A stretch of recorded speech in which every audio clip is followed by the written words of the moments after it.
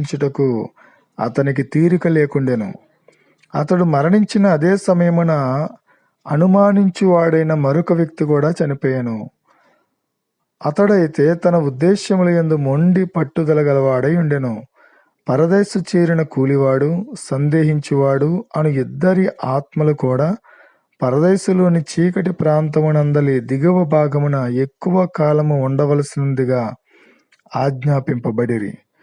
ఇటువంటి స్థితిలో వారు సహాయము కొరకు కేకలు వేయుచుండిరి. ప్రేమ సానుభూతితో నిండిన దేవదూతలు, పరిశుద్ధులు వారికి కావలసిన హెచ్చరికలనిచ్చుట ద్వారా వెలుగు మహిమతో నిండిన రాజ్య సభ్యులగుటకు ఏమి చేయవలెననే గ్రహింపును కలుగు చేయుటకు వెళ్ళిరి. అయితే వారు తమ పరిస్థితిని బట్టి వేదన చెందినవారై చాలామంది మిగతా ఆత్మల వారి వలె తమ చీకటి నివాసములోనే ఉండుటను ఎన్నుకొనిరి.